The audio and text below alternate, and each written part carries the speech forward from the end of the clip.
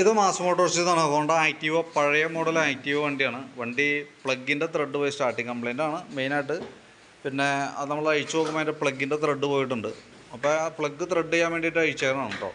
അപ്പോൾ അതിനകത്ത് നമുക്ക് ആ ഹെഡിൻ്റെ ഭാഗം നോക്കുമ്പോൾ ഈ എക്സോസ്റ്റ് വാൽവൊക്കെ ബെൻഡായിട്ടിരിക്കുക. എക്സോസ്റ്റ് വാൽവ് ബെൻഡായിട്ട് അതിൻ്റെ ഉള്ളിൽ കൂടെ കംപ്രഷൻ ലീക്ക് വരുന്നുണ്ട്. അതും സ്റ്റാർട്ടിങ്ങിന് സ്റ്റാർട്ട് ആവാനായിട്ടുള്ളൊരു കംപ്ലൈൻറ്റിൻ്റെ ഒരു മെയിൻ കാരണമാണ് കേട്ടത്. അപ്പോൾ ആ വാൽവ് മാറ്റിയിട്ട് വേണം നമ്മൾ ഈ പ്ലഗിൻ്റെ ഭാഗം ത്രെഡ് ചെയ്യാനായിട്ട് കേട്ടോ. പ്ലഗ് പിടിപ്പിക്കുന്ന ഭാഗത്ത് ത്രെഡ് കംപ്ലൈൻറ്റ് ആയേക്കണതാണ് പ്ലഗ് ക്ലിയറായിട്ട് നിൽക്കാത്തതിൻ്റെ കാരണം. വണ്ടിക്ക് ഓയിൽ കത്തണ കംപ്ലൈൻറ്റ് ഉണ്ട്, ഓയിൽ കയറി കത്തണ കംപ്ലൈൻറ്റ് ഉണ്ട്. അത് നമ്മളിപ്പോൾ അഴിച്ച് നോക്കുന്ന സമയത്ത് ഇതുമ്പോൾ കിടക്കണത് ഒരു പ്രാവശ്യം റിപ്പയർ ചെയ്തിട്ടാണ് ഈ സിലിണ്ടർ. അതായത് ഫസ്റ്റ് ബോറിൻ്റെ സിലിണ്ടറാണ് ഇപ്പോൾ നിലവിൽ ഇത് കിടക്കണേ. അതിൻ്റെ നമ്പറാണ് ഈ കൊടുത്തത് 0.25, അതാണ് അതിൻ്റെ കോഡ് നമ്പർ. അത് ഫസ്റ്റ് ബോറാണ്. അപ്പോൾ ഫസ്റ്റ് ബോറ് പിസ്റ്റൺ ഉപയോഗിച്ചിട്ട് സിലിണ്ടർ ബോർ ചെയ്തതാണ്.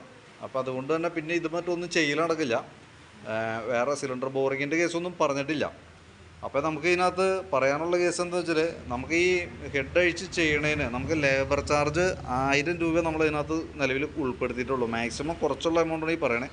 അതിനകത്ത് നമ്മൾ ഈ ഹെഡ് അഴിച്ച് ലേത്തി കൊടുത്തത് ക്ലിയർ ചെയ്ത് നമ്മൾ റീസെറ്റ് ആക്കുക. അതിൻ്റെ പണിക്കാശാണ് നമ്മൾ ഈ പറഞ്ഞ 1000 രൂപ.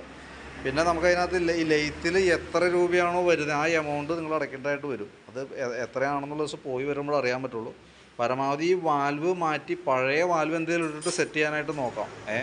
അതായത് മാക്സിമം ചിലവ് ചുരുക്കണമെന്നുണ്ടെങ്കിൽ ഇമാതിരി വർക്കിൻ്റെ ക്വാളിറ്റിയിൽ ക്വാളിറ്റിയിൽ കോംപ്രമൈസ് ചെയ്താൽ മാത്രമാണ് റേറ്റ് കുറയ്ക്കാൻ പറ്റുള്ളൂ. അപ്പോൾ ഇതേതെങ്കിലും പഴയ വാൽവ് ഇട്ട് സെറ്റ് ചെയ്യുക എന്തെങ്കിലും ചെയ്യാം.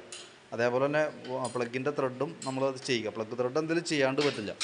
പിന്നെയുള്ളത് നമ്മളിത് സെറ്റ് ചെയ്യുന്ന സമയത്ത് അതിൻ്റെ ഗ്യാസ്കറ്റുകൾ മാറ്റി റീസെറ്റ് ചെയ്യണം. കാരണം ഗ്യാസ്കറ്റൊക്കെ ഒരു പ്രാവശ്യം ഉപയോഗിക്കാൻ പറ്റുള്ളൂ. അതൊന്നും മാറ്റിയിട്ട് വേണം റീസെറ്റ് ചെയ്യാനായിട്ട്. പിന്നെ അത് കൂടാണ്ട് അതിൻ്റെ എയർ ഫിൽറ്റർ കാർബറേറ്ററൊക്കെ ക്ലീൻ ചെയ്യേണ്ടതാണ്.